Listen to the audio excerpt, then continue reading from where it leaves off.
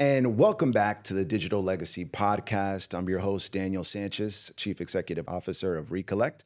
And I'm here today with a very special guest, Giselle Martinez. Giselle, thank you for joining our podcast today. Thank you. Thank you for having me. Absolutely. Now, let me give a little background on Giselle here, because specifically what we're going to be discussing is regarding healthcare, technology, and compliance. But let me give you the background of Giselle here. So with that, Giselle has over 20 years of experience in healthcare. She specializes in business system analytics, system configurations, software quality assurance, data reporting, and crucially, HIPAA compliance. With that, Giselle has also worked with systems like Unix, Salesforce Health Cloud, Optum CES, HL7, and more. And she's a pro at ensuring that vast amount of sensitive data in healthcare is managed securely and efficiently. So again, welcome here, Giselle. I'm so excited to have a conversation with you. So let's go ahead and get started. First of all, I want the audience to get to know you a little bit. Yeah. Tell me who you are professionally, personally. Go ahead. Well, first of all, thank you for having me. Thank you. Thank you for that intro. Yeah, I would hire myself. Very after extensive, that. I'm gonna have right? you Very write impressive. my resume after that. No, but very excited to be here. I am, like you said, I've been in healthcare for 20 years. Mhm. I would say about half of those 20 years have been focused on the IT side of healthcare. Okay. Implementing everything from systems to doing system enhancements, client implementations. My particular roles usually involve systems analytics, technical analytics, a little bit of project management. It's a little bit of a jack of all trades, right? But outside of healthcare, I'm a mom. I have two wonderful, beautiful little girls. Robust. I'm a wife. I try to implement my learnings in IT to raise my kids because we're in a technology world, Right, we are. right? And just thinking of them going into their teenage world, their teenage age, and social media and everything that comes involved with that. It's So tough now. Yeah. I try to be as open-minded as possible in terms of technology, not just because of my industry that I'm in, but because of them. Okay. No, and I understand that. And being a parent, as well, I understand, we're in an era now where in the past it was a little bit, it wasn't so connected that way, right? I mean, you're probably from that era of AOL and the instant messaging, welcome Airmail Online and all that, and the little sounds they used to make to connect to the internet. And we had our chat rooms and our way of connecting, right? Right. But I still also remember that we're probably one of those last eras that used to, in school, write notes to each other, right? I Yeah. used to remember that. I used to get notes The and little notes that write open. back, right, that open and did the little, Yeah. which was great. I mean, Yeah. you look back on it and now understanding how quickly technology has advanced, you look back at those moments like, wow, we used to write, notes to each other, Mm-hmm. and it was great. But I don't think you see that anymore. No, I mean, I have my 5-year-old playing Dojo games. Okay. Jojo's app to connect between students and teachers in Familiar with it, school. yes. And they actually play with each other and they say, oh, look, so-and-so is online now and she's playing. I can see her monster there. Exactly. And she's 5. There you go. So- that hyperconnectivity, Yeah. that, live right now. So it's impressive, but, I feel that you do miss a little bit of those feelings that you had, especially in school, right? Where Yeah. kids would connect in those ways. And it was all about stepping outside and connecting. That, we would perhaps speak over the phone, but you didn't have social media the way we did. You had to actually go places to meet people and actually connect with people. Yeah. So again, but we'll be discussing, unpacking some of that. So that's great. Thank you so much for giving me a little bit of insight into who you are professionally and as well as, as an individual. I'd like to touch a little bit on your career before we move on. Tell me a little bit about what your experience has been with technology in healthcare, the ups, the lows, the downs, the highs. What does that look like for you?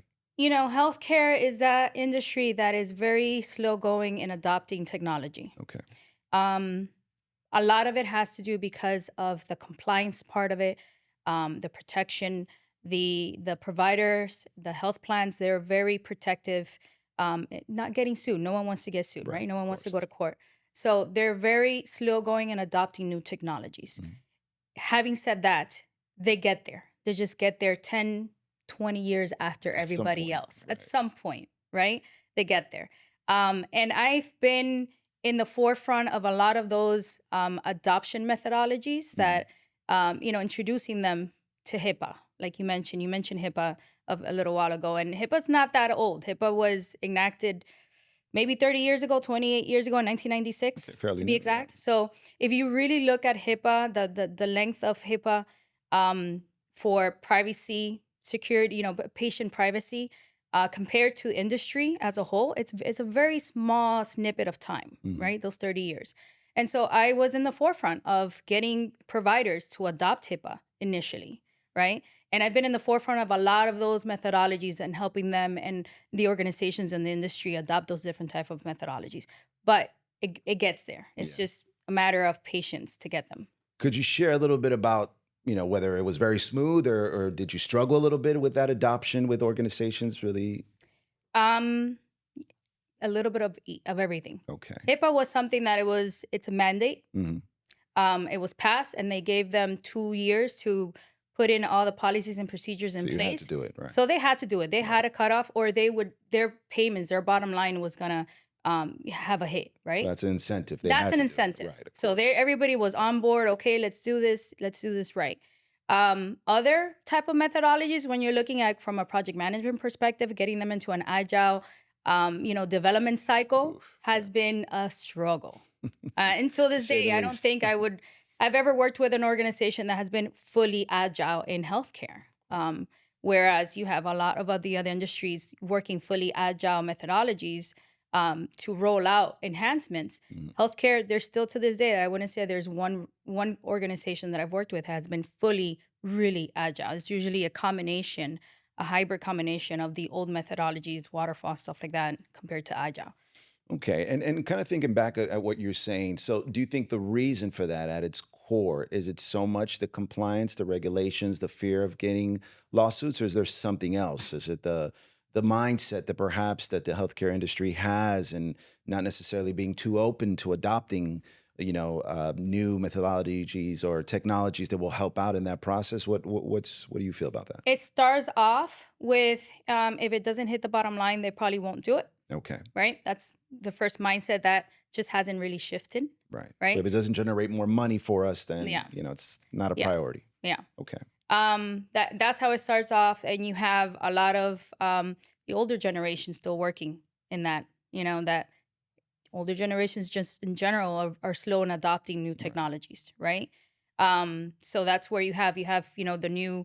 If you have those companies that have more millennials and Gen Zs, and They're more innovative. then they're more innovative, right? They're more in adopting. But when you have those organizations that have more of the baby boomers working in them and managing them, it's a little bit difficult. I can see that. Yeah. I can see that. Sometimes they struggle to transition over, and I definitely get that. That's great. Well, then let me ask you another question. Now we're in the era of AI, and Reekolect overall is an AI software company. How has AI played a role in the healthcare industry from your perspective? It's just starting, I would say. You have the tech folks within the organization that we all very much speak AI because as they're developing code and they're using their tools, they're leveraging AI for it. But as it pertains to the end user of the application, the members that are receiving the services, the providers that are providing the services, they haven't quite gone there yet, right? So it's kind of like the tip of the iceberg in the industry.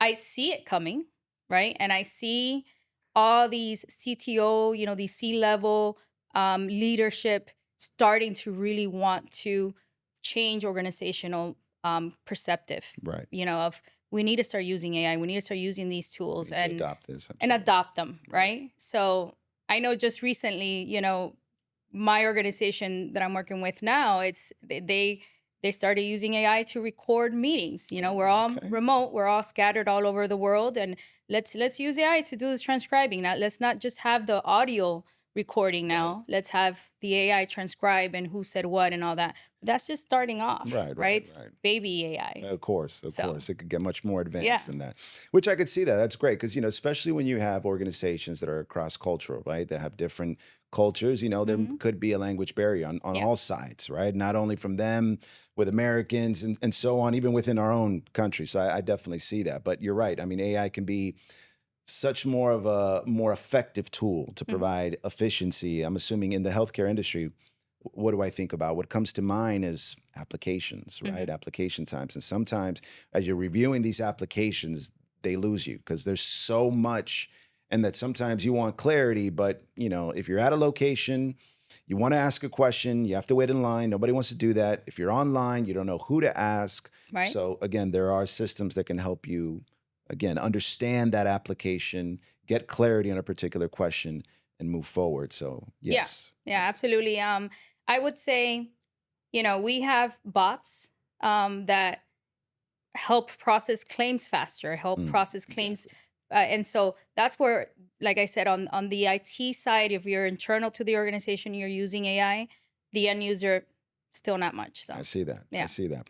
And if you had it your way, let's say, you had the last say in how quickly AI could be adopted. What changes would you make? Where do you see an opportunity where you're like, listen, if we were just to kind of shift the mindset, Hmm. integrate AI into this would completely reshape the healthcare industry. Just anything that you've seen where you think it could cut on time, save some money, or generate more revenue. I would love to see AI generated claims. Okay. um, the claims that the providers build to actually get paid, Mm, right? They submit their claims. So, just to give you a little bit of background, you go to a doctor, right? They, right. they ask you your height, your weight. They check your temperature. They check your blood pressure. They do your symptoms, whatever you're there for, Mm, and they're writing all this down. And what you don't know that they're doing is that on their end, they're filling in boxes. okay. They're filling in boxes to a claim that then they're gonna go ahead and submit, hopefully electronically, Mm, right, to your insurance provider to get paid for it, for that service that they're providing you. Um, right now, I want to say 90% of providers are doing that electronically. They're manually going in, keying this okay. in, and generating it electronically. The other 10% are still in snail mail, sending in a paper claim. Really? Still using a paper claim? Yeah. Okay. Okay. Remote areas, of the Of country and course. stuff like that, I would say. But if AI can be essentially listening into that conversation Hmm. and generating that claim for you and automatically in real time submitting that claim for that provider, the turnaround time would be amazing to get paid, to process that claim. The clean data would be, I mean, you would probably minimize the number of denied claims, which is incredibly how much it really hits the bottom line on both I'm organizations, the sure. provider as well as the health plan, right? So if that could be accomplished, I would probably jump on that train even before it runs through. There you go. So organizations, you already have it. Giselle's giving you exactly how to go ahead and optimize your operations. Yeah. So just giving it to you for free here. That's great. I'll charge you for the next one. There you go. Absolutely. Absolutely. So that's great. I love to hear that. And what I'm hearing is that, again, especially in IT, you guys understand how this technology could be applied. It looks like it can cut down on application time, bring efficiency, just overall optimize the whole process, which, again, not only for the bottom line, but especially in healthcare, when you're talking about a claim, there's two people, right, on Mhm. opposite ends. You have the business that has to take in these claims, dish out what they have to do, the more clear information with the less clutter, they can efficiently act. And then as well as, whoever the user is as well that's providing the claim, again, can get clarity and can get a claim addressed as quickly as possible. So it Right. works on both sides. Yeah. Absolutely. So let's go ahead and shift gears here. I want to ask you, diving into a little bit more about AI with Reekolect, right? With our application, what we're doing, what the focus is, and this, is very relevant to you since, again, you have a family and so on. When we're looking at our application, which is focused on preserving memories, right? Preserving tradition, it's really focused on the family unit. But we have features, for instance, our CBT technology, Conversations Beyond Time, which essentially what the reason why we labeled it that way is that once an individual passes away, that's it. We have photos, we have paintings, we have videos, of our deceased loved ones. Mm-hmm. And what Reekolect is striving to do is that we want to be able to recreate a digital avatar of a deceased loved one based on structured questions that someone can input, and as well as data analysts of particular content like videos, voice, and again, overall appearance, and then as well as being able to get that combination of a structured set of questions from family members and content that's available, recreate a digital avatar. Yeah. Now, our goal there is that we want the user themselves to have that emotional connection. I'm sure, and you let me know, right? You probably have family members that you personally met, but perhaps your daughters didn't have an opportunity to meet them. Now, imagine a world where your daughters could go to a Thanksgiving dinner, a Christmas dinner, and be able to interact and engage with an avatar that's been trained and been given data to act like the deceased loved one. Obviously, it's never going to be perfect, but we're very close, where Right. you will see a physical appearance, you will see a voice cloning, so accent, the way they pause, the way they spoke, and then an interaction where you can say, good morning, and they will answer back to you. Mm-hmm. So that's essentially what we're achieving. And one of our particular features there, on top of the whole concept of preserving memories, capturing content in a different way, but specifically on that technology, I want to get your feedback on that. What do you think about AI being involved in that, whether it's good or bad? Let us know. I think the concept is fascinating. Okay. It does scare me though. Okay. And I would say, I haven't lost a direct loved one in a really long time. Mm-hmm. When I last lost a loved one, AI was not even a concept, Mm-hmm. right? And I put myself in that perspective now. What happens if I do lose a loved one that I want to keep that connection with now? Right. Someone directly related to me, a mother, a father, a son, a daughter, a husband. What would I do? And it's scary because you want to keep that connection. Mm-hmm. The concept of thinking, wow, my kids would be able to connect with this person, as you mentioned, in a Thanksgiving dinner, Christmas Eve dinner, something like that, is fascinating. At the same time, I feel falling in the wrong hands with the wrong set of folks, it can be dangerous. Falling in the hands of someone who is struggling to grieve and to move past their grieving is a little bit dangerous because you're keeping a memory alive. Right. And if you're keeping the memory alive, it could blur the lines between reality and not reality. It can. Right? It can also help a person through their grieving because they can get potentially questions answered that they probably wouldn't have gone answered and some closure, right? And they would have hung on to that for years and years and would have impacted their social life and their family life. And so falling in the right hands, it could do great. Falling in the wrong hands, it can do devastating things. Mm-hmm. So I'm in between. I'm kind of teeter-tottering into, do I like this? Do I not like this? Would I use it? Would I not use it? And probably because I haven't been in that position of losing someone directly to me like that in a long time is one reason why I'm still in the middle. Of course. If I were to lose someone right away and I would say, okay, where am I mentally, emotionally? Where's my mental health now? Am I ready to do this? Is it going to be something that's going to help me? Mm-hmm. But I'm all for it if it falls in the right hands. And I love your balanced approach. And I love the way that you're playing also the devil's advocate. I can see the good in this. I can see the bad in this, right? And what we want to do is be able to offer an app that will give you at least a choice on whether you want to move forward with this. Yeah. Now, in your specific situation, right? You haven't lost someone, which again, thank God. And I never wish anyone to lose anyone just to try our application. But what I'm saying is in your situation where you are right now in time and space, you haven't lost someone. Have you ever thought about your own legacy, which to the podcast name, your own digital legacy, right? Yeah. All the pictures that you engage in social media, correct? Yeah. Okay. And you have emails, texts, and video, probably personal videos with your family. Have you ever thought what your digital legacy will look like? Because a lot of people understand and have a reaction just like yours. Like, okay, they're scared and, it scares the hell out of them. They're like, this is crazy. Absolutely not. Or others have a more, they embrace the technology. No, this is the way we're going. Or right in the middle, balanced, right? Like, I'm not quite sure. I'm going to take it step by step. But something that we have to take into consideration is turn that camera point to you. What happens when you get to that age where you pass away? What legacy do you want to leave? How do you want your particular identity, your story to be painted to your great great grandchildren and so on? Have you ever thought about that? And what are your thoughts on that?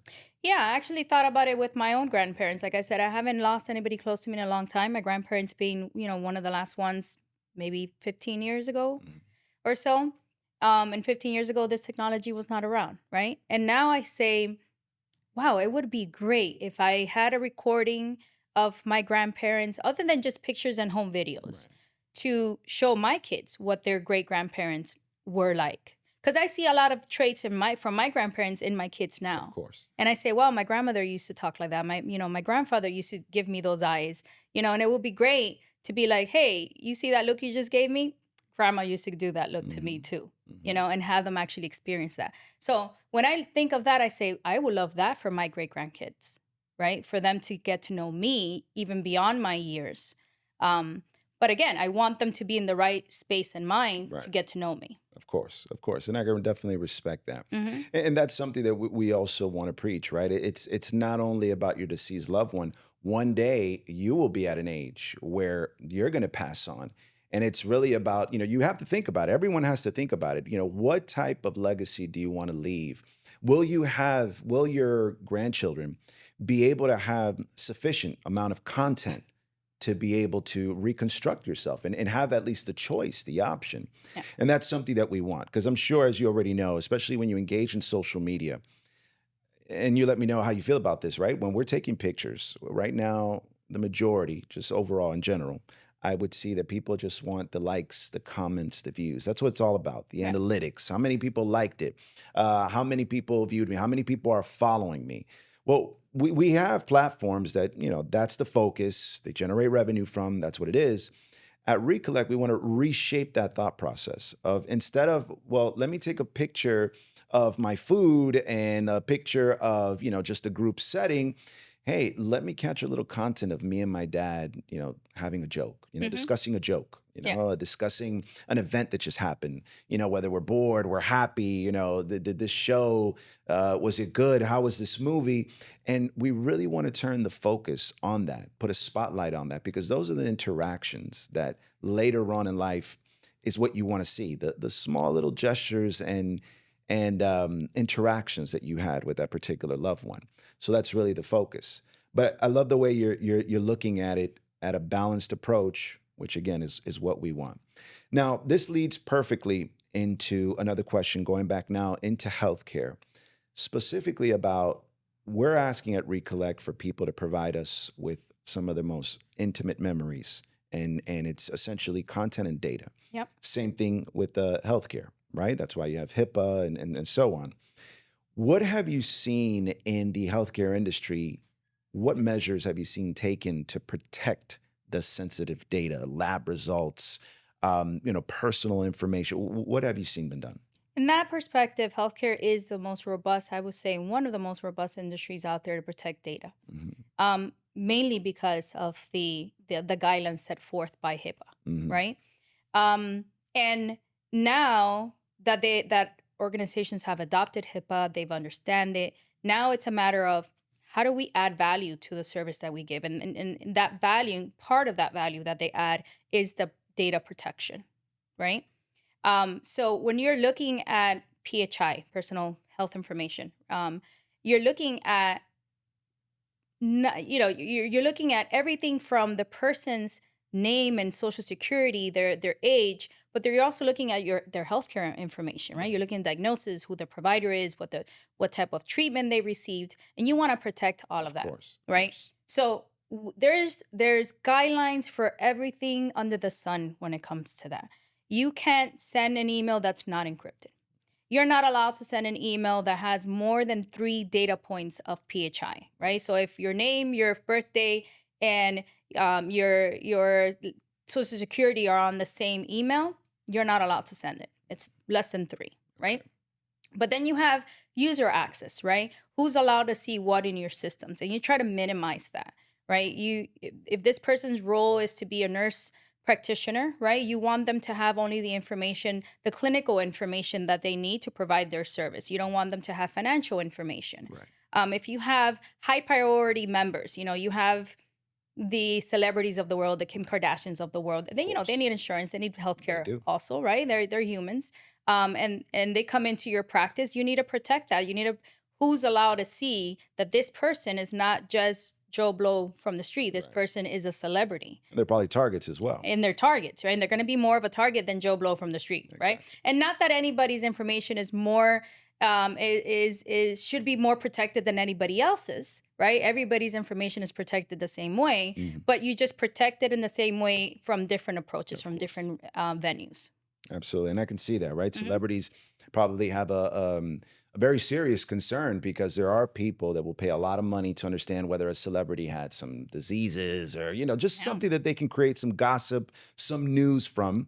Now, it's all the new gold, right? Is attention, right? So you have a bunch of different, I'm sure, alternative media outlets that just want to get a hold of that and are willing to either hack a system, get that type of information, find vulnerabilities in a particular data system structure and storage, and obtain that to Right. sell it to the market. So I can see that. I can definitely see that. But that's great to hear, how they do that. And we do a very similar thing as well. And we take privacy and security as well as Reekolect very seriously because we understand we're asking you to provide us with your pictures, providing us with your videos, with your intimate moments. And you should be always ultimately the one that decides, can this be shared just with me, with just my connections, which are our friends, or can it be public? So I agree. And I love the fact that they have a lot of different ways of being able to secure that. So that's phenomenal. One last question I'd like to ask you, and then it's about establishing trust. What other different strategies do you see the healthcare industry using, especially when you see data leaks, right? And happening left and right from social media platforms to credit cards to all different types of organizations. No one's really off the list. But when an accident happens, where do you see the healthcare industry attempting to, again, reestablish that trust with its users? If there's any insight you can provide. When you're looking from the inside out, you have to, that the company is really looking into what are our compliance measures, right? They start off by, there's everything from you can't walk into a healthcare organization without signing in, without checking in. Training your employees is key. I can't tell you how many compliance trainings I go through yearly. It's just required every year. I can probably redact the HIPAA law at this point to you because every year I have to read through it, Right. right? So read through it. But it keeps it fresh in your mind, right? And it tells you, hey, you can't allow someone past your lobby that hasn't been signed in. That's not being walked in by someone from the organization. That's how you start. That's how you start figuring out who did the leak, right? Was it someone internal? Was it someone external? Once the leak happens, was it a system downfall that we share information through a third party vendor that we weren't supposed to share? How do we lock that down, right? But then you have the behind the scenes. What happens behind the scenes? Behind the scenes, you have encryption. You have data backups. You want to make sure that we live in Florida, right? So in Florida, you have hurricanes. So you have your server farms. You have a local server farm, and then you have a backup to the backup server farm that's course. probably somewhere in another state where there is a different type of natural disaster that's not a hurricane, right? So you have all these measures along the way to protect the data, to try to protect the data. Like you said, course. no one is ever going to be 100% protected. Of course, everyone's vulnerable. Yeah. In other words, right? Yeah. I understand, and as well as technology continues to advance, then again, it gets more dangerous. Absolutely. Well, again, Giselle, it's been an absolute pleasure connecting with you. Giving us insight into the healthcare industry. It sounds like you are an advocate for AI, but again, is making sure that it's integrated in the right way. Yeah. Especially also when we're talking about a Reekolect app, it sounds like, we may have you as one of the users that may come in and try it out, which is absolutely phenomenal. But again, what I really love is the insight that you've given us on the healthcare industry, why data privacy and security is so important. And as well as for those organizations listening, how AI can be integrated to further, help the bottom line, right? Which is also generating revenue, but as well as protecting the users. All right. But I've enjoyed this conversation so much. Giselle, hope we have you here again. Thank you. And other than that, thank you so much. Until the next time, to our audience, thank you for tuning in. Please leave your comments. Anything that I said, that Giselle said, that you'd like to express or give a comment on, please leave it below. And thank you so much for joining us. Until next time, thank you.